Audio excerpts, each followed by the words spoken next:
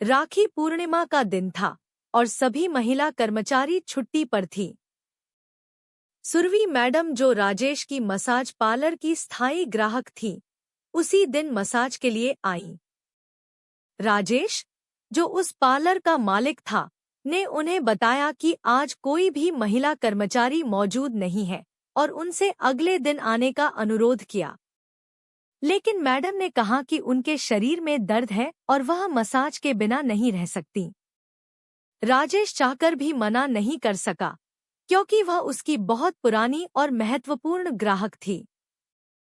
मजबूरी में राजेश ने खुद ही मसाज करने का फैसला किया।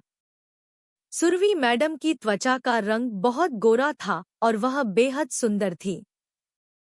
राजेश के पास मसाज का कोई खास अनुभव नहीं था, इसलिए मसाज करने में काफी समय लग गया। फिर भी मसाज के बाद सुरभि मैडम इतनी खुश थी कि उन्होंने 500 रुपए की बजाय 1000 रुपए का भुगतान किया।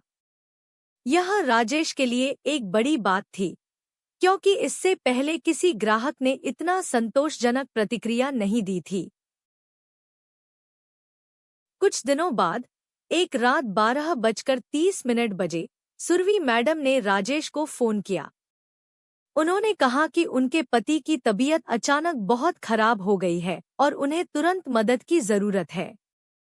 राजेश पूरे दिन की कड़ी मेहनत के बाद गहरी नींद में था। उसने मैडम से कहा कि वह सुबह जल्दी आ जाएगा, लेकिन मैडम ने कहा कि उनके पास कोई और नहीं है जो उनकी मदद कर सके। कृपया किसी भी तरह से आओ, उन्होंने अनुरोध किया। राजेश, जो स्वभाव से ही मददगार और दयालु था, जाने के लिए तैयार हो गया।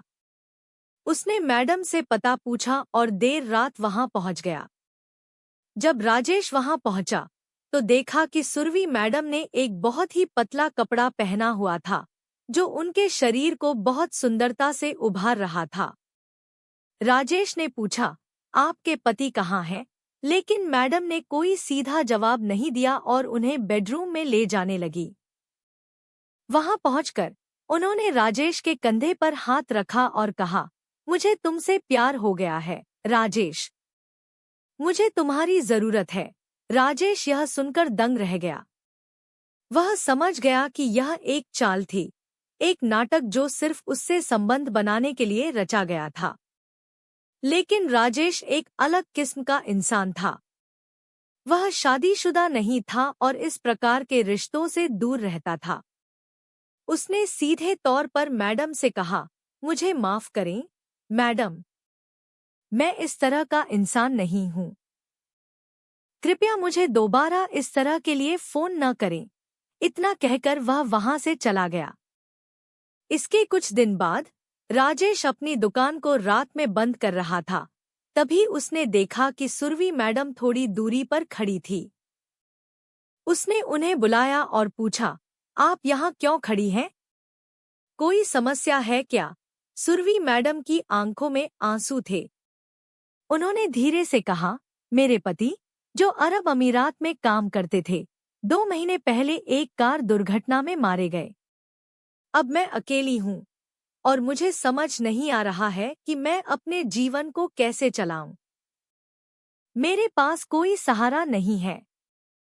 उन्होंने राजेश से निवेदन किया, क्या आप मुझसे शादी करेंगे? राजेश यह सुनकर हैरान रह गया। उसने सोचा, मैं भी तो अकेला हूँ और सुरभि मैडम इतनी सुंदर और आकर्षक हैं। उसे लगा कि शायद यह उसके अकेलेपन का हल हो सकता है।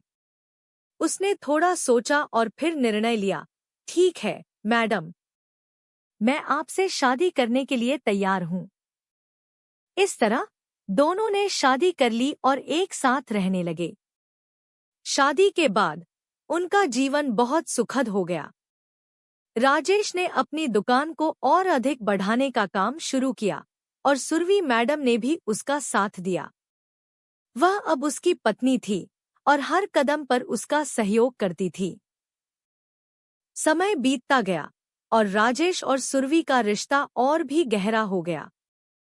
सुरभि ने राजेश को समझा, उसका ख्याल रखा और उसके जीवन में एक नई उम्मीद की किरण लाई। राजेश भी सुरभि के प्रति वफादार रहा और उसने उसके साथ हमेशा प्यार और सम्मान से पेश आया। दोनों का जीवन अब खुशहाल था।